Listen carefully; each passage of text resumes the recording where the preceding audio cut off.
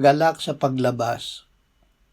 Tungkol kay Zebulon ay kanyang sinabi, magalak ka Zebulon sa iyong paglabas.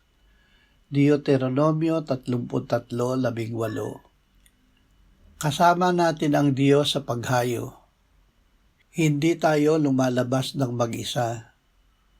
Ang presensya ng Diyos ay kasama natin sa bawat hakbang. Ang kagalakang mula sa Panginoon ay nagbibigay sa atin ng lakas at proteksyon laban sa takot at pag-aalinlangan. Lumabas tayo na may positibong pananaw dahil may biyayang naghihintay sa atin sa dulo ng ating paglalakbay.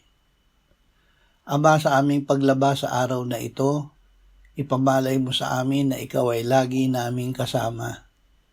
Nananalig kami na kami ay hindi mo iiwan o pababayaan. Kami ay iyong tutulungan para makamtan namin ang pagpapalang inihanda mo para sa amin sa araw na ito. Amen.